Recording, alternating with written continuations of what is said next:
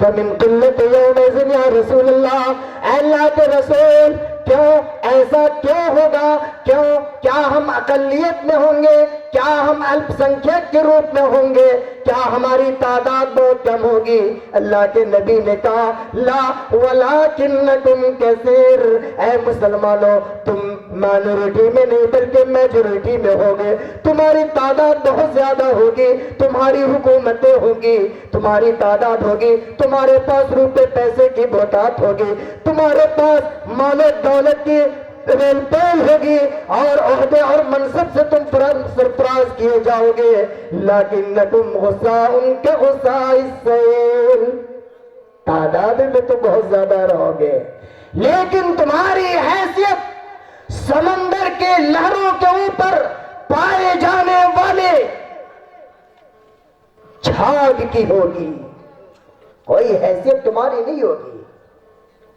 اور اللہ کے نبی صلی اللہ علیہ وسلم نے کہ یہ یجعل الوہن فی قلوبکم وینزع الرعب من قلوب عدوکم، اے مسلمانوں تمہارے دلوں میں وہن ڈال دیا جائے گا، اور آج پوری دنیا پر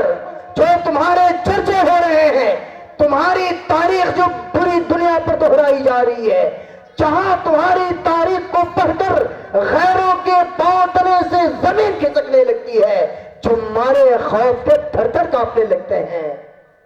حالات ایسے آئیں گے کہ ان کے دلوں سے تمہارا خوف ختم ہو جائے گا۔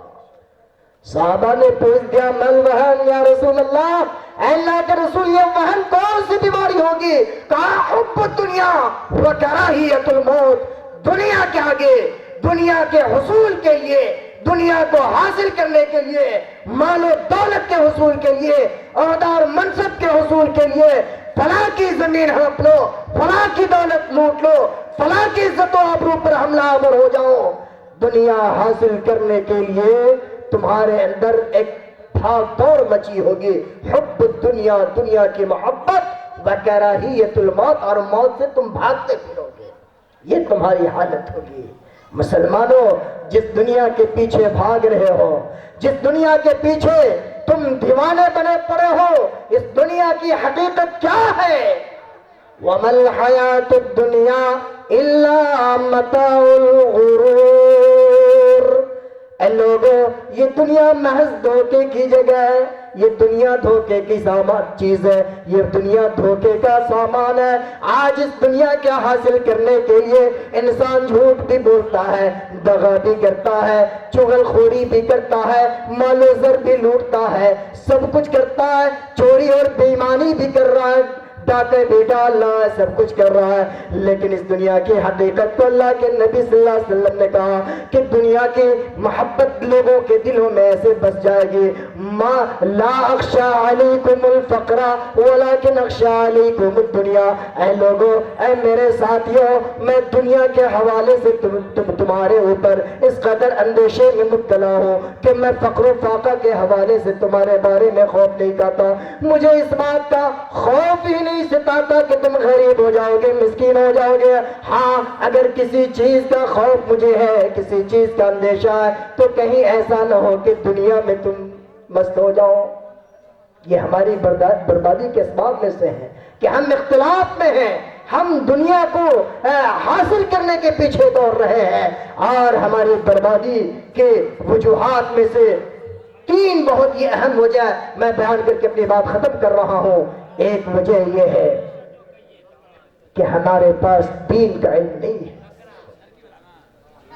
ہمارے پاس دین کی کوئی معلومات ہی نہیں ہے۔ یعلمون ظاہرا من الحیات الدنیا وہم عن الآخرۃ ہم غافلون، دنیا سے ہم ایسے بے خبر ہیں، ایسے بے خبر ہیں کہ دین کے بارے میں ہمیں کوئی معلومات ہی نہیں ہے، دنیا سے چپکے ہوئے ہیں۔ اس آیت کی تفسیر میں امام سفیان ثوری رحمت اللہ علیہ فرماتے ہیں کہ اس امت میں کچھ ایسے افراد ہوں گے جو سکوں کو اپنے ناخن پر اچھال کر اس کا وزن بتا دیں گے، اتنے ذی علم لوگ ہوں گے، دنیا کی بات، ایران اور توران کی بات خوب کریں گے، دنیاوی معاملات میں خوب پیش ہوں گے، خوب علم ہوگا، لیکن اس کی بدنصیبی یہ ہوگی کہ وہ صحیح سے وضو بنانے کا طریقہ اور 2 رکعت نماز پڑھنے کا اور نماز جنازہ پڑھنے کا طریقہ اس کو معلوم نہیں ہوگا۔ یہ حالات ہے مسلمانوں کی، جس کی وجہ سے مسلمان برباد ہو رہے ہیں۔ اور اگلی چیز، یہود و نصارہ کی پیروی۔ مسلمانوں اور خاص طور سے میرے نوجوان بھائیوں، میں آپ سے مخاطب ہوں، اور میری ماں اور بہنیں جو اپنے بچوں کی تربیت کی ذمہ دار ہیں، وہ سن لے اللہ کے نبی صلی اللہ علیہ وسلم نے کیا کہا۔ لَتَتَّبِعُنَّ سُنَنَ مَنْ كَانَ قَبْلَكُمْ شِبْرًا بِشِبْرٍ وَذِرَاعًا بِذِرَاعٍ۔ ایک زمانہ ایسا آئے گا کہ لوگ اپنے سے پہلی امتوں کی اس قدر پیروی کریں گے کہ شبرم بشبرن وزرام بزرائن، وہ بالشت پر ہاتھ، ایک ہاتھ نہیں، ذرا بذرا،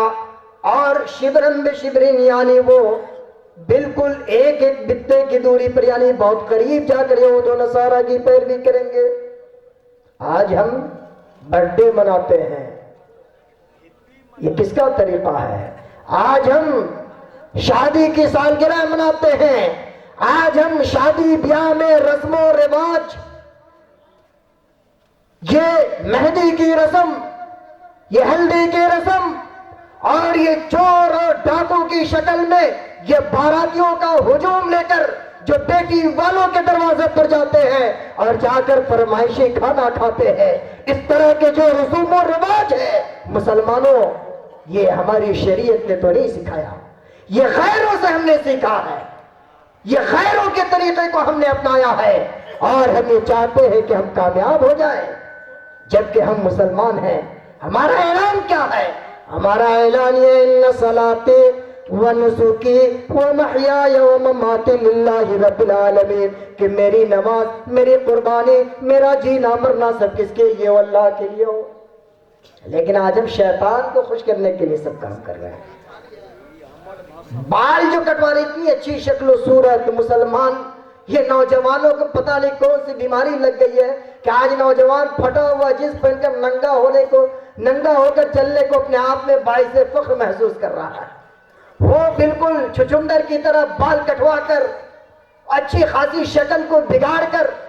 چلتا ہے، اور اس کے باوجود بھی وہ یہ اس خوش فہمی میں مبتلا ہے کہ ہمیں دیکھ کر دنیا یہ کہے کہ یہ محمد رسول اللہ کی امت کا فرد چلا جا رہا ہے۔ ایسا نہیں ہو سکتا۔ آپ اگر اپنے آپ کو محمد رسول اللہ کی امت ہونے کا اگر دعویٰ کرنا چاہتے ہیں اور چاہتے ہیں کہ ہم محمد کی امت کا فرد کہلائیں، تو لقد کان لکم فی رسول اللہ اسوۃ حسنہ، اللہ کے نبی صلی اللہ علیہ وسلم کو اپنا رول ماڈل ماننا ہوگا، اپنے لیے آئیڈیل اور اسوہ ماننا ہوگا۔ نوجوانوں، آپ کے اندر جو بگاڑ بڑے، بس 2-3 منٹ اور اسلم صاحب 2-3 منٹ۔ آج ہمارے نوجوانوں میں جو طرح طرح کی بیماریاں آ گئی ہے، نشہ، گانجا، چرس، افیم، بھانگ، ڈرگس، اور اسی طرح سے نشاور اشیاء کا استعمال اور غیر اسلامی حرکتوں کو اپنانا، ان چیزوں کی بنیاد پر آج نوجوان دین سے دور ہوتا ہوا نظر آ رہا ہے۔ نوجوانوں، راتوں رات سوشل نیٹ ورک پر جگہ رہنا یہ کمال کی بات نہیں ہے۔ انسٹا اور فیس بک پر جا کر کسی دوشیزہ سے چیٹنگ کرنا یہ کمال کی بات نہیں ہے۔ اور یاد رکھو، آج جو جوانی کے نشے میں جو الٹی سیدھی حرکتیں کر رہے ہو، اللہ کے نبی صلی اللہ علیہ وسلم کا یہ فرمان ہمیشہ اپنے سامنے رکھو، اپنی نگاہوں کے سامنے رکھو۔ لا تزول قدم عبد حتی یسأل عن خمس۔ نوجوانوں، اچانک موت ہو جا رہی ہے، بائک سے سواری ہو رہی ہے، ایکسیڈنٹ ہو جا رہا ہے، ہائی وے میں جا رہا ہے، بڑے خوش و خرم گھر سے نکلے کہ مارکیٹنگ کر کے آؤں گا، فلاں جگہ سے گھوم کر آؤں گا، پورے گروپ میں یہ میسج پھیل جاتا ہے منٹوں اور سیکنڈوں میں کہ فلاں شخص فلاں نوجوان 22-23 سال کا تھا، وہ جا رہا تھا راستے میں سڑک حادثے میں انتقال کر گیا۔ اور بسا اوقات ایسی بھی خبر ملتی ہے کہ وہ کانوں میں فون ڈال کر فلمی گانے پر منمست ہو کر جا رہا تھا، یا کبھی ایسی بھی خبر سننے کو ملتی ہے کہ نوجوان جس کی موت ہوئی ہے وہ نشے کی حالت میں تھا، نوجوان جس کی موت ہوئی ہے وہ ناپاکی کی حالت میں تھا۔ میرے مسلمان بھائیوں، جب ایسے وقت میں ہماری موت ہو جاتی ہے اور اس کے بعد بھی ہم سبق نہیں لے رہے، آئے دن ہم جوانوں کو اپنے کندھوں پر بیٹھا کر اپنے کندھوں پر لاد کر ہم شہر خاموشہ قبرستان کی طرف لے جا کر اس اندھیرے گھر کے حوالے کر رہے ہیں۔ اے نوجوانوں، کیا تمہارے اندر وہ خوف پیدا نہیں ہو رہا؟ اے نوجوانوں، کیا تیرے سامنے اللہ کے نبی صلی اللہ علیہ وسلم کا وہ فرمان ہے کہ لا تزول قدم عبد، اے جوان کل قیامت کا دن ہوگا اور قیامت کے دن تمہارے پاؤں اپنی جگہ سے 1 انچ نہیں بلکہ 1 سوتا اور اس سے کم کی بھی اگر کوئی مقدار ہے اسے بھی لے لو، 1 انچ بھی اپنی جگہ سے تمہارے پاؤں نہیں ہلیں گے۔ حتیٰ یسأل عن 5، یہاں تک کہ تم سے 5 چیزوں کے بارے میں پوچھ لیا جائے، وعن شبابہ فیما ابلا، ان 5 چیزوں میں سے تمہاری جوانی ہے کہ تم نے اپنی جوانی کو کیسے گزارا۔ کہیں ایسا تو نہیں کہ تیری جوانی اللہ کے عبادت سے غافل ہو کر کسی سماج اور معاشرے کی خوبصورت و شیزاؤں کی عزت کو اور اس کے ناموز کو تار تار کرنے میں گزری۔ اے جوان، قبل اس کے کہ تمہاری آنکھیں بند ہو جائے تم عبرت کے ہوش کے ناخن لو اور اپنی تیاری کر لو، اور قبل اس کے کہ تمہاری آنکھیں بند ہو جائے تم سے سوال کیا جائے اپنی تیاری کر لو، وعن عمرہ فیما افنا، اور تم سے تمہارے عمر کے بارے میں بھی پوچھا جائے گا کہ تم نے اپنے عمر کو کہاں کھپایا۔ اور اے میری پیاری بہنوں اور اے نوجوان بہنوں، آج جو سوشل میڈیا پر اپنی تصویریں اپلوڈ کر رہی ہو، جو اپنے فوٹوز کو فلٹر کر کے خوبصورت بنا کر سوشل میڈیا کے حوالے کر رہی ہو تاکہ نوجوانوں کی رغبت میری طرف بڑھے، تاکہ بے حیائیوں کی دعوت عام ہو، تاکہ لوگ ہماری خوبصورتیوں کے اور ہمارے حسن کی تعریف کریں، ہمارے حسن کا چرچا کریں۔ تو اے میری بہنوں سن لو، تم لاکھ اپنی تصویر کو فلٹر کر کے سوشل میڈیا کے حوالے کر دو، اس سے کوئی فرق نہیں پڑتا۔ اللہ کے نبی نے کہا لا ينظر الى صورکم ولا الى جسامکم، اللہ تمہاری صورتوں کو نہیں دیکھتا کہ تم نے اپنے چہرے پر کتنے غازے ملے، تمہاری صورتوں کو نہیں دیکھتا کہ تم کتنے حسین و جمیل ہو، کتنے خوبصورت ہو، ولا الى اجسامکم، نہ تمہارے بدن کے فٹنس کو اللہ رب العالمین دیکھتا، یہ چیز مطلوب ہی نہیں، وَلَكِنْ يَنْظُرُ إِلَىٰ قُلُوبِكُمْ وَأَعْمَالِكُمْ،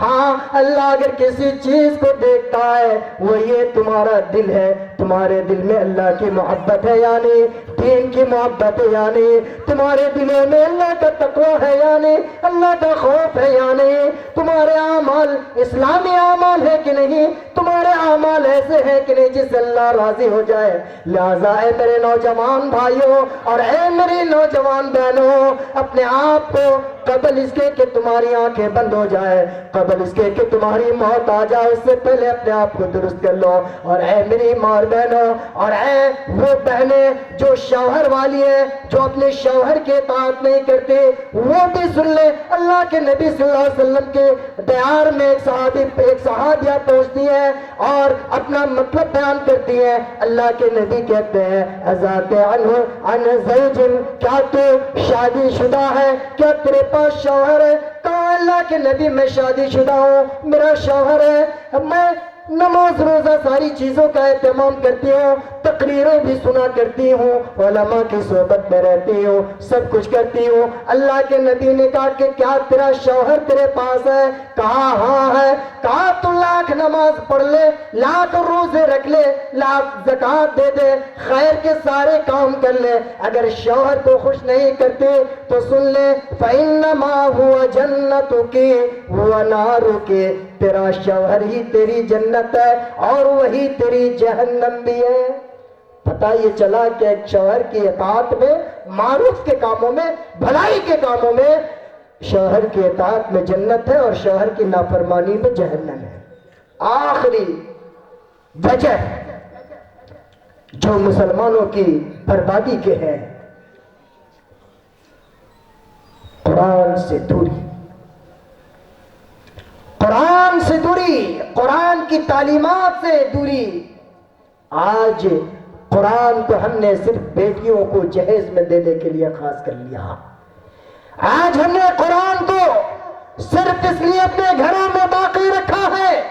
کہ جو ہمارے معاملات جب کسی سے طے ہو تو قرآن کے اس مصحف کو اٹھا کر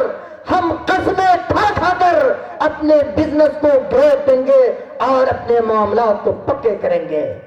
قرآن کو ہم نے صرف اس لیے اپنے گھروں میں باقی رکھا ہے کہ جب ضرورت ہوگی تعویذ بنا کر گلوں میں لٹکا لیں گے۔ میرے بھائیوں، قرآن صرف اس لیے نہیں آیا ہے، قرآن اس لیے بھی آیا ہے کہ اس سے برکت حاصل کی جائے۔ قرآن اس لیے آیا ہے کہ قرآن کو پڑھ کر اس کی تعلیمات کو عام کیا جائے۔ کیوں؟ اس لیے کہ یہ قرآن رب کی طرف سے ایک میسج ہے۔ رب کی طرف سے آئے دن ہم واٹس ایپ پر اور